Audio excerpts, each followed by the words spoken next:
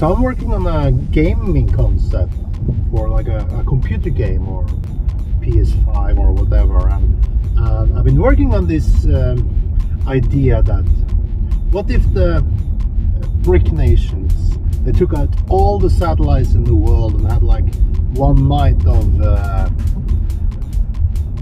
falling stars, you know, a lot of satellites blowing up out in outer space, and you know, it was just an incredible firework night. And then some Chinese and Russian subs were, you know, cutting off all the fiber optic cables in the oceans.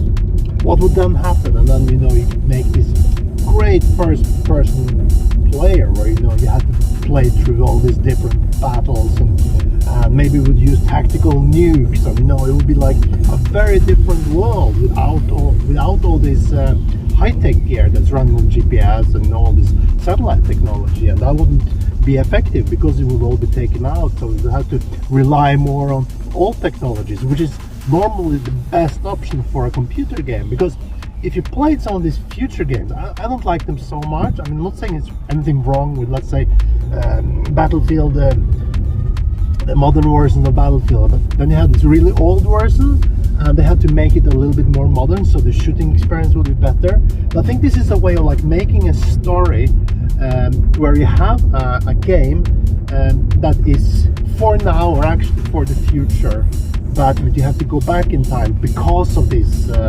preemptive strike, or whatever I would call it, from the BRIC nations against NATO then. And then you could have two teams, you know, you have the NATO team on one side, you are like the Nazi team, I would call that, because that would be really funny. And then you have, I was thinking, well, maybe the good guys could be the Chinese this time, because it's the reverse of what we've always played, you know. It's always been like the bad communists and the good allies, and now the Axis are bad, and that's the NATO. And then, you know, you could just reverse that, you know, have this anti-hero story. And I think this could be a really cool concept to continue working on.